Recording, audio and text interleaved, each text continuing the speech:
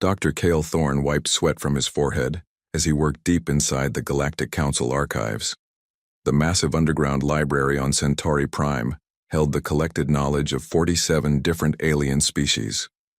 Most humans found the place cold and scary, but Cale loved it here. He had been studying old alien cultures for 3 years now, ever since Earth joined the Galactic Council. His partner today was Vex 9, a tall blue alien from the Zelanian system. Vex had 4 arms and could work twice as fast as any human, but he was patient and kind. They had become good friends over the past year of working together. "Find anything interesting today, Cale?" Vex asked, his voice making a soft humming sound through his translator device. "Just more farming records from the Quillen Empire," Cale said, setting down another data crystal. "How about you?" Vex held up a small dark crystal that seemed to shimmer in the light. "This one is very old. The computer says it came from the Vortok Empire. That was over 12,000 years ago." Cale felt his heart beat faster. The Vortok Empire was legendary among alien historians. They had been one of the first great space-traveling civilizations, but they had disappeared completely. No one knew why. "Can we read it?" Cale asked. "The crystal is badly damaged," Vex said, connecting it to the main computer. "Most of the data is gone, but there might be something." They waited as the ancient computer systems tried to make sense of the old information. Cale watched the screen as strange symbols appeared and disappeared. Most of it was just broken pieces of text, then something caught his eye. "Wait," Cale said, "go back. There was something about coordinates." Vex moved the display back. There, in faded Vortok writing, were star coordinates that looked familiar to Cale. Very familiar. "Those coordinates," Cale said slowly. "Those are for the Sol system." "Your home system?" Vex asked, all 4 arms stopping their work. "Yes, but Earth isn't mentioned in any records that old. We only joined the Council 3 years ago. Before that, no alien species had ever made contact with us." The computer finished its translation work and displayed the text in standard galactic common. What they read made both of them go very quiet. The R file was a military warning. It talked about a quarantine zone around a death world in what was clearly the Sol system. But the planet wasn't called Earth, or even Terra 3, which was Earth's official council designation. It was called Kethmore. "What does Kethmore mean in Old Vortok?" Cale asked, though part of him didn't want to know. Vex was already running the translation. When the result appeared on screen, he made a sound that Cale had never heard before. It was like a whimper, "My crucible of monsters," Vex whispered. Kyle stared at the screen. The report went on to describe a world where the most vicious predators in known space somehow learned to cooperate instead of destroying each other. It talked about creatures that could survive in conditions that would kill most galactic life forms. It mentioned beings that could think and plan and work together, but had evolved from something so dangerous that the entire Vortok military had voted to quarantine the system. "There must be a mistake," Cale said, but his voice sounded weak, even to himself. Vex was reading more of the file, his blue skin turning a pale green color that Cale knew meant fear. "The report says the Vortok sent scout ships to observe the planet. 3 ships went. Only 1 came back. The survivors reported that the dominant species on the world had learned to use tools and fire. The Vortok decided the risk was too great." "But that doesn't make sense," Cale said. "Humans are peaceful. We grow food, we make art, we explore space to make friends with other species. According to this file, your species was already using advanced hunting techniques 12,000 years ago. The Vortok were terrified of what you might become if you ever learned to travel between stars." Kyle felt cold all over.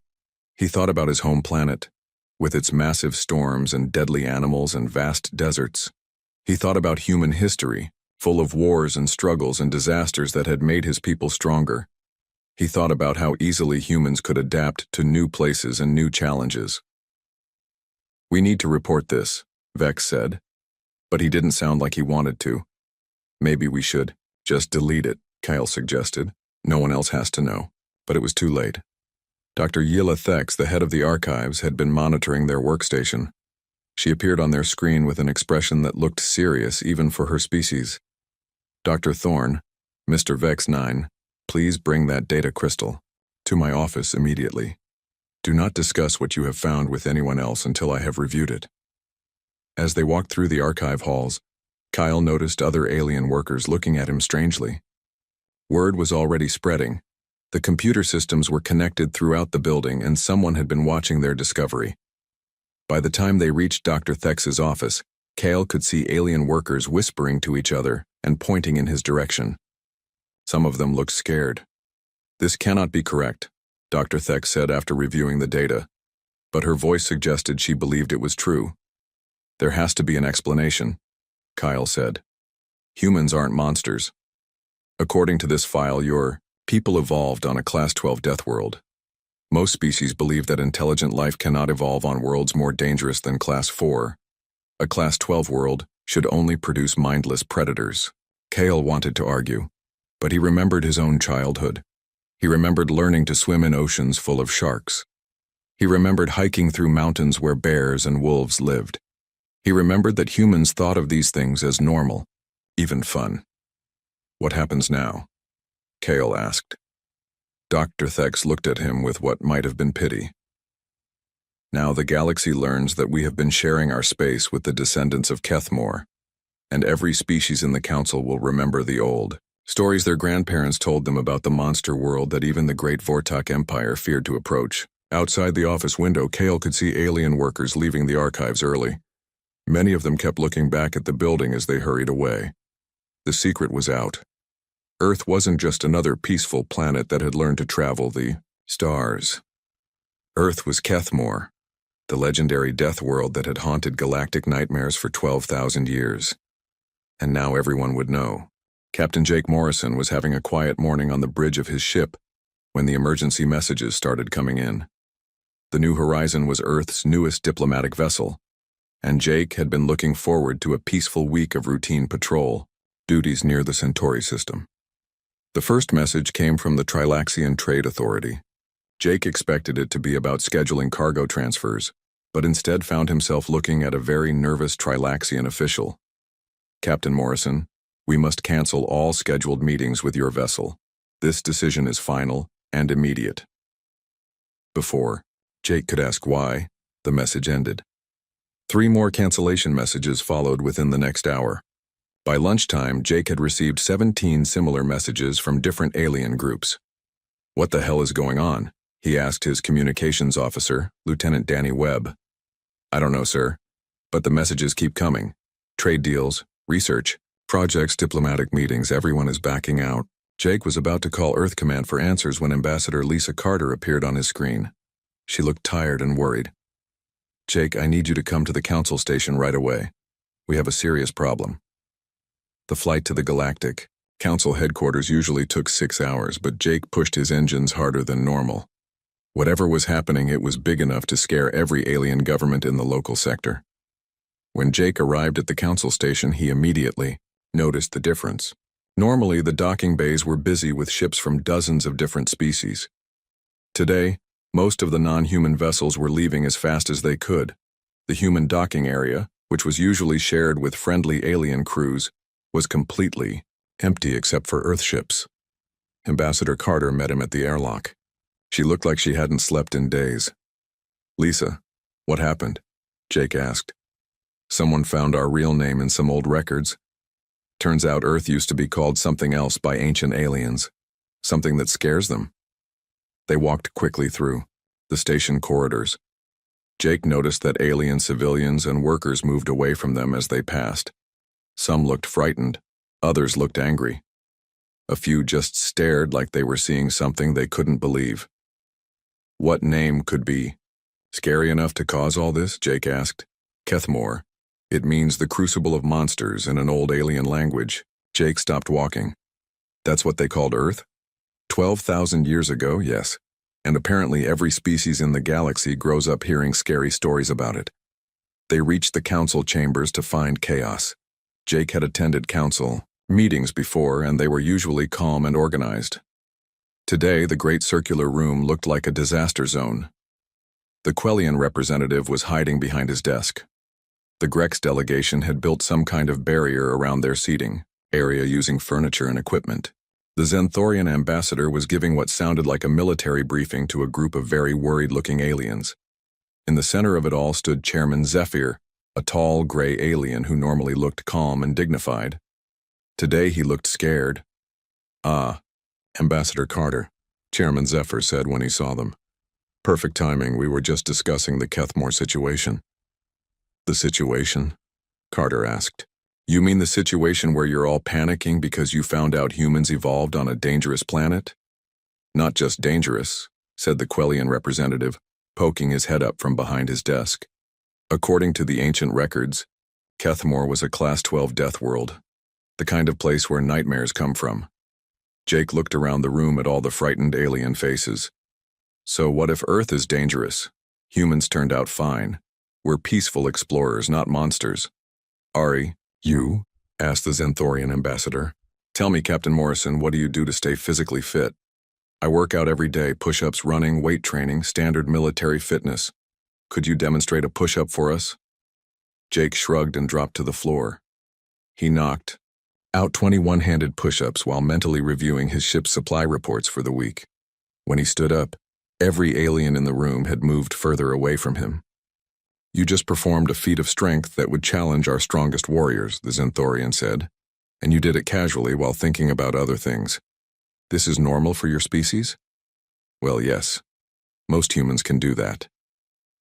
The room went completely silent. Chairman Zephyr stepped forward carefully. "Captain Morrison, Ambassador Carter, I'm afraid the Council has no choice but to take action.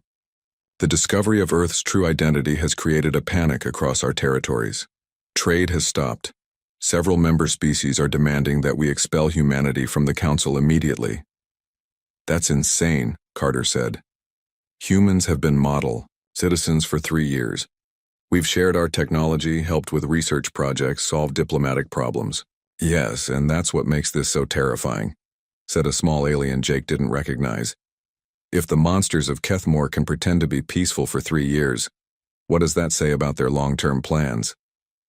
Jake felt his temper rising, but Carter put a hand on his arm to calm him. "I understand your fears," Carter said to the room, "but you're making a mistake. Yes, Earth is a dangerous world. Yes, humans had to become strong to survive there, but we chose to leave that violence behind.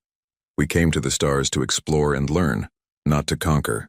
"Then explain this," Chairman Zephyr said, activating a holographic display. The display showed a map of human space. Jake realized with growing horror that it looked like a military formation. Earth was at the center, with human colonies spread out in a pattern that would allow for quick defensive responses and coordinated attacks. "Your colonies are positioned with clear strategic planning," the chairman continued. "Your trade routes create supply lines for rapid military deployment. Your exploration ships are heavily armed for scientific vessels. Even your diplomatic ship carries enough firepower to fight a small war." Jake opened his mouth to explain that humans built things to last and prepared for emergencies, but he realized how that would sound to species that had never faced the challenges Earth presented. "We have to vote," Chairman Zephyr said sadly. "All in favor of giving humanity 30 standard days to withdraw from Council space?" Jake watched in shock as 32 of the 47 member species voted yes. "Motion carried," the chairman announced. "Humanity has 30 days to remove all personnel, vessels, and installations from Galactic Council territory. After that time, any human presence will be considered an act of aggression." As they left the council chambers, Jake heard alien representatives already making calls to their home governments. Some were talking about increased military patrols. Others were discussing emergency defense preparations. "Jake," Carter said as they walked back to his ship, "get me a secure channel to Earth Command. We need to tell them that we're not just being expelled from the Council. I think we might be looking at a war." "A war we didn't want, and didn't start," Jake said. "The worst kind," Carter agreed. As the New Horizon undocked from the Council station, Jake could see alien warships already beginning to gather near the station's defensive perimeter. They weren't taking any chances with the monsters from Kethamore, even though those monsters had been their friends and allies just yesterday. Professor Nathan Blake had always loved his job at the University of Galactic Studies on Scolaris Prime. The academic world was peaceful and quiet, perfect for someone who spent his days studying old books and ancient history. But today, Nathan felt like he was the most dangerous person on the planet. The news about Earth's real name had reached Scolaris Prime 3 days ago. Since then, Nathan's alien colleagues had been treating him like a bomb that might explode at any moment. Nathan called Dr. Seth Coulon, his longtime research partner from the Hoxian system. "Could I speak with you privately?" Nathan looked up from his desk where he had been working alone for the past 3 days. Before the news broke, his office was always full of alien students and fellow professors discussing their latest discoveries. Now it was empty except for him. "Of course, Seth. What can I do for you?" Dr. Coulon approached slowly, as if Nathan might attack him at any moment. "I wanted to ask you about human evolutionary history. For research purposes, you understand?" Nathan sighed. "Let me guess. You want to know if the scary stories about Kethamore are true?" "Well, yes. The ancient records say your world was impossibly dangerous, but you seem so normal. What would you like to know?" Dr. Coulon pulled out a datapad with a long list of questions. "Is it true that your planet experiences regular ice ages?" "Yes, about every 100,000 years most of the planet freezes over for thousands of years at a time." "And your species survived this?" "Multiple times. Humans have lived through at least 6 major ice ages." Dr. Coulon made a note on his pad, his hands shaking slightly. "What about asteroid impacts?" "We've been hit by several large asteroids. One of them killed off the dinosaurs about 65 million years ago." "Dinosaurs?" "Giant reptilian predators. Some of them were as long as your university building and had teeth the size of bananas." Dr. Coulon dropped his datapad. "Your ancestors lived alongside creatures like that?" "Well, no. The dinosaurs died out long before humans evolved, but Earth kept producing dangerous animals. We shared the planet with cave bears, saber-toothed cats, dire wolves, giant spiders, poisonous snakes, crocodiles that could swallow a small vehicle. And humans survived by hiding from these creatures?" Nathan laughed, which made Dr. Coulon jump backward. "No, Seth. We hunted them. Humans drove most of the large predators on Earth to extinction." Dr. Coulon stared at him in horror. "You killed them all?" "Not on purpose, mostly. We just needed food and space to live. But yes, if something was dangerous to humans, we usually found a way to kill it or drive it away." "But how? You don't have natural weapons like claws or fangs or armor." Nathan held up his hands. "We have these, and brains that can figure out how to make weapons and tools and work together." "Work together to hunt creatures that could kill you individually?" "Exactly. A single human can't kill a mammoth or a cave bear. But 10 humans with spears and a plan? Easy." Dr. Coulon was now standing near the door, ready to run.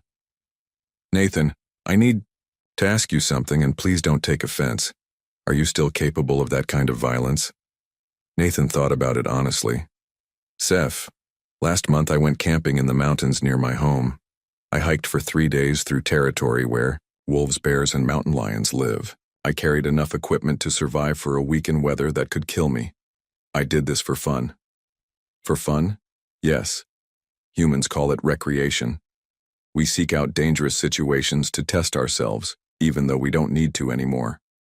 Dr. Coulon left without saying goodbye. Later that day, Nathan received a message from General Patricia Hayes, commander of Earth's small space fleet. She was asking for his expertise on human history for what she called urgent strategic planning. Nathan took a transport to the orbital defense station where General Hayes had set up a temporary command center. When he arrived, he found the station buzzing with activity he had never seen before. "Professor Blake, thank you for coming," General Hayes said. She was a stern-looking woman in her 50s who had spent most of her career managing peaceful exploration missions. "I need to ask you some questions about human expansion in ancient times." "What do you mean?" "Archaeological teams across the Galaxy are finding evidence of human presence on worlds that should have been impossible for your ancestors to reach. Stone tools, cave paintings, burial sites. All of them are thousands of years older than human space travel should be. Nathan felt a cold chill. That's not possible. We thought so too, but the evidence keeps piling up. General Hayes activated a holographic display showing dozens of star systems. In the past week, alien archaeologists have found signs of ancient, human activity on 47 different worlds. But humans only left Earth 300 years ago, and only joined the galactic community 3 years ago. According to official records, yes, but these new findings suggest that humans were traveling between stars over 10,000 years ago. Nathan stared at the display. What kind of signs? Hunting weapons made from local materials. Cave art showing humans taking down local predator species. Graves containing human remains and tools made from creatures that modern xenobiologists consider apex predators. That would mean that ancient humans didn't just survive on a death world, Nathan. They conquered it, then moved on to conquer other death worlds. Nathan felt sick. What happened to them? Why did they stop? We don't know. But every site shows the same pattern. Human activity for a few hundred years, then nothing, like they all just left. Or were called back home, Nathan said quietly. What do you mean? Nathan was remembering old human legends and myths, stories that he had always assumed were just imagination. What if ancient humans realized what they were becoming? What if they chose to limit themselves to Earth to avoid frightening the galaxy? General Hayes looked at him seriously. You think our ancestors deliberately gave up galactic expansion? It would make sense. Humans are good at recognizing when we've gone too far. Well, they might not have a choice this time, General Hayes said. She activated another display showing alien fleet movements. 12 species are moving warships toward human space. The Zenthorian Empire has closed all its borders and is building defensive stations. The peaceful hegemony of Bliss is calling for a preemptive strike against Earth. Nathan looked at the tactical display and felt something stirring inside him that he didn't like. It was an old instinct, something that his peaceful academic life had never awakened before. It was the instinct to fight back. General, Nathan said slowly, what do you need me to do? I need you to help our people understand what they really are. Because if the galaxy insists on treating us like the monsters of Kethmore, we might have to remember how to be monsters, again. Nathan nodded, though the thought terrified him. I'll help, but I hope it doesn't come to that. So do I, Professor. So do I. As Nathan left the station, he couldn't help but think about those ancient human sites scattered across the galaxy. Humans who had traveled the stars when other species were still learning to make fire. Humans who had taken on alien predators and won. Humans who had chosen to go home rather than rule the galaxy through fear. He wondered if modern humans would make the same choice, or if the galaxy's fear would force them to remember why their ancestors had been so terrifying. The emergency session had been going on for 6 hours, and Admiral Ryan Cooper was getting tired of watching aliens argue about whether to kill all humans or just exile them forever. Through the security monitors in Earth's embassy on the Council station, he could see representatives from 47 different species debating humanity's fate. Some wanted war, others wanted quarantine. A few brave voices called for calm, but they were being shouted down by species that had worked themselves into a panic over the Kethmore revelation. Admiral, said Lieutenant Kelly James, his communications officer, we are receiving a priority message from Earth Command. The holographic image of President Helen Rodriguez appeared in the embassy's secure briefing room. She looked calm, but Ryan could see the stress in her eyes. Ryan, what's the situation? Bad and getting worse, Madam President. The Council is split between those who want to expel us and those who want to destroy us. I count at least 12 species that are already moving warships toward our territory. Our intelligence confirms that, President Rodriguez said, which is why I'm activating the War Council for the first time in over a century. Ryan felt his stomach drop. The War Council was something humans had hoped they would never need again. It brought together Earth's top military minds, scientists, and strategists to plan for global conflict. Are we really looking at a war? I hope not, Ryan, but we need to be prepared. How quickly can you evacuate our people from council space? If we start now. 2 weeks for essential personnel, a month for everyone else. But Madam President, there are over 50,000 humans scattered across council territory. We'll bring them all home, Ryan. Every single one. Meanwhile, on Earth, Dr. Chris Walker was leading a research team that was making discoveries he wished he could forget. As the planet's leading expert on ancient human history, he had been asked to investigate the archaeological evidence that was appearing on worlds across the galaxy. The team had been working around the clock for 5 days, and what they were, finding painted a picture of humanity's past that terrified even them. Dr. Walker called his assistant, Dr. Mary Stone. "We've found something."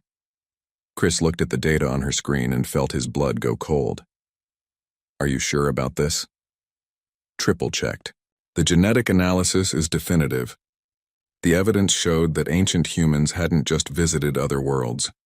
They had lived there, adapted to local conditions, and thrived in environments that should have killed them within hours. This skeleton was found on Kepler 442b, Mary explained, showing him the holographic reconstruction. That world has gravity, 3 times stronger than Earth, and an atmosphere that's toxic to most known life forms. But this human lived there for decades, and the bone density suggests he was stronger than any modern human athlete. How many sites like this are there? So far, over 300 spread across 200 different star systems. Chris sat down heavily. "Mary, what we're looking at here is evidence of human expansion on a scale that dwarfs anything the current galactic civilizations have achieved." "It gets worse," Mary said, pulling up another display. "Look at this timeline." The holographic display showed human expansion over several thousand years. It started with Earth, then spread outward in a pattern that covered nearly a quarter of the galaxy. They weren't just explorers, Chris realized, they were colonists. Ancient humans were building an empire. And then it stopped. All the sites show abandonment at roughly the same time, about 8,000 years ago. They went home. But why? Chris thought about it, remembering old stories and legends that suddenly seemed much less fictional. What if they realized what they were becoming? What if ancient humans looked around and saw that they were the most dangerous species in the galaxy? You think they chose to give up their empire? I think they chose to save the galaxy from themselves. Back on the council station, Ambassador Lisa Carter was making one last desperate attempt to prevent a war that nobody wanted, but everybody seemed determined to have. She stood before the assembled representatives of the Galactic Council, knowing that this might be humanity's final chance to avoid a conflict that could tear the galaxy apart. "Honored delegates," she began, "I understand your fears. You have learned that humanity comes from a world that ancient civilizations feared above all others. You have discovered that our ancestors once traveled the stars as conquerors rather than friends." The room was silent, but Carter could see fear and suspicion on every alien face. "But I ask you to consider this. Those ancient humans chose to go home. They chose to limit themselves to one world rather than rule the galaxy through fear. They chose peace over power." "For how long?" interrupted the Zenthorian representative. "How long until you decide that peace is no longer convenient?" "We have had the power to destroy each other for hundreds of years," Carter replied. "Nuclear weapons, biological weapons, planet-killing technology. But we chose to use that power to explore the stars and make friends instead." "Because you were alone," said the Quellian delegate. "Now you know you are surrounded by species you could easily conquer." Carter felt her patience running out, but she forced herself to remain calm. "Honored delegates, I will not lie to you. Humans are capable of terrible violence. Our world made us strong and adaptable and dangerous. But it also taught us something that many species never learn, which is that strength without wisdom leads to extinction. That cooperation is more powerful than conquest. That being feared is lonelier than being loved." The room erupted in debate. Some species seemed moved by her words, but others were already calling for immediate military action. Chairman Zephyr called for order, then announced the vote that would determine the fate of human-alien relations for generations to come. All in favor of immediate expulsion of humanity from Council space, with military enforcement if necessary? Carter watched as 31 of the 47 species voted yes. It wasn't enough for war, but it was more than enough for exile. All in favor of quarantine, with humanity restricted to their home system indefinitely. 15 more species voted yes, bringing the total to 46. Only the Vegan Commonwealth voted against both measures. Motion carried, Chairman Zephyr announced sadly. Humanity is hereby expelled from the Galactic Council and restricted to the Sol system. Any human vessel found outside the quarantine zone after 30 standard days will be fired upon without warning. As Carter left the council chambers for the last time, she passed groups of alien representatives already making plans for the new galaxy without humans. Some looked relieved. Others looked ashamed. A few looked scared, as if they realized they might have just made the worst mistake in galactic history. "Ambassador," called a quiet voice behind her. Carter turned to see Dr. Yilla Thex, the alien archaeologist whose discovery had started this whole crisis. "I wanted to apologize," Dr. Thex said. "I never meant for this to happen." "I know," Carter said. "But maybe it was inevitable.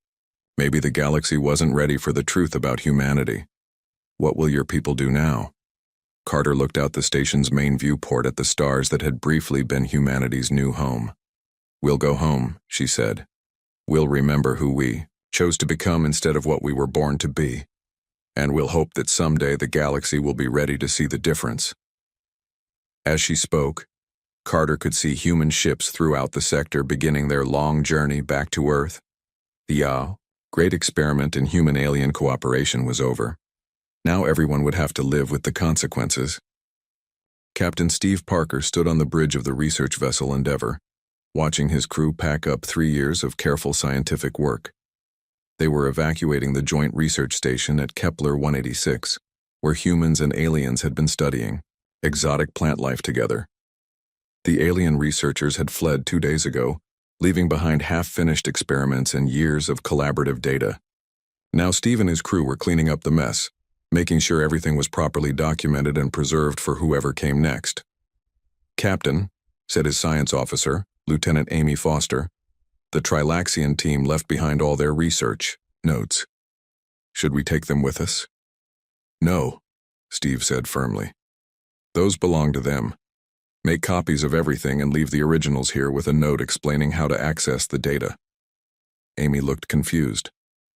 "Sir, they abandoned us. Why are we being so careful to protect their work? Because we're not the monsters they think we are." Steve had given this same instruction to every human vessel in his fleet. Leave everything in working order. Document all procedures. Make sure the aliens could continue the work without human help. It was the most professional evacuation in galactic history, and somehow that made it worse. The aliens had expected humans to react with rage and violence when they were cast out.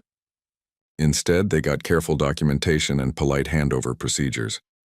On New Geneva Colony, Administrator Laura Brooks was coordinating the evacuation of humanity's most successful terraforming project. Over 5,000 humans had spent 3 years turning a dead rock into a garden world. "The atmospheric processors are running at 97% efficiency," reported engineer Tom Davis. "The water treatment plants are fully automated. The agricultural systems can run themselves for at least 2 years. What about the residential areas? Clean and ready for new occupants. We've left instruction manuals for all systems in 14 different alien languages." Laura looked out at the city they were leaving behind. Wide parks, comfortable homes, clean energy systems, and a thriving ecosystem that would support millions of people for generations to come. And they were just walking away from it. "Ma'am," Tom said quietly, "are we really doing the right thing?" "The council voted, Tom. We have to respect their decision." But as Laura spoke, she could see Tom's expression change. For just a moment, he didn't look like a peaceful colonist anymore. He looked like someone whose ancestors had conquered a death world and then reached for the stars. "Maybe," Tom said. "Or maybe we're making the same mistake our ancestors made 8,000 years ago." Laura felt a chill. "What do you mean?" I mean, maybe backing down when people are afraid of you isn't always the right answer. Before Laura could respond, she received an emergency message from Earth. President Rodriguez was addressing not just humanity, but the entire galaxy. The holographic image of the president appeared in New Geneva's main square, where colonists had gathered to hear what their leader had to say. My fellow humans, and to the species of the Galactic Council who are undoubtedly monitoring this transmission, President Rodriguez began. Today marks the end of humanity's brief membership in the galactic community. The crowd was silent, but Laura could feel anger building among the colonists. We understand your fears, the president continued. You have learned that we come from a world that ancient civilizations called Kethamor, the crucible of monsters. You have discovered that our ancestors once traveled the stars not as friends, but as conquerors. Several colonists were nodding, their faces hard. But I want the galaxy to understand something important. We came to the stars not as the monsters of Kethamor, but as the children of Earth. We came seeking friendship, knowledge, and a place among the civilized species of the galaxy. And they threw us out anyway, someone in the crowd shouted. President Rodriguez seemed to hear the comment across the vast distance of space. Yes, they did, and that is their right.